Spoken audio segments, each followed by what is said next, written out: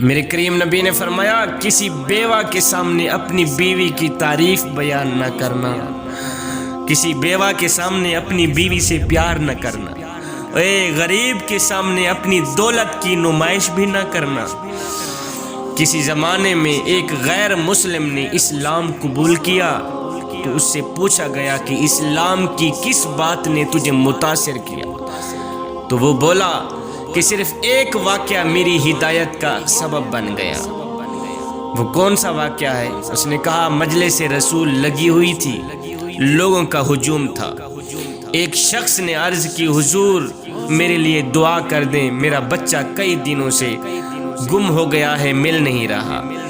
قبل اس کے کہ حضور کے ہاتھ دعا کے لیے اٹھتے، ایک شخص مجلس میں موجود تھا کھڑا ہو گیا، کہنے لگا حضور میں ابھی فلاں باغ سے گزر کے آیا ہوں، اس کا بچہ وہاں بچوں کے ساتھ کھیل رہا ہے۔ باپ نے جب سنا میرا بچہ فلاں باغ میں کھیل رہا ہے تو اس نے دوڑ لگانی شروع کر دی۔ میرے نبی نے فرمایا اس کو روکو، واپس بلاؤ۔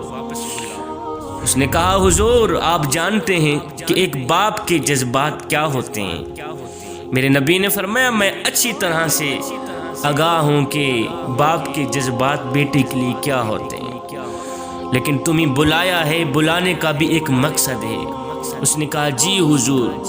میرے نبی نے فرمایا جب تم باغ میں جاؤ گے، بچوں کے ساتھ اپنے بچے کو کھیلتا ہوا دیکھو گے تو اسے بیٹا بیٹا کہہ کر نہ پکارنا، اپنے بچے کو بیٹا بیٹا کہہ کر ہرگز نہ پکارنا، اس کا نام لے کے پکارنا، اس کا نام لے کے پکارنا، بیٹا بیٹا کہہ کر ہرگز نہ پکار۔ کہنے لگا حضور وہ میرا بیٹا ہے، اگر میں بیٹا کہہ کر بلاؤں تو حرج بھی کیا ہے اس میں؟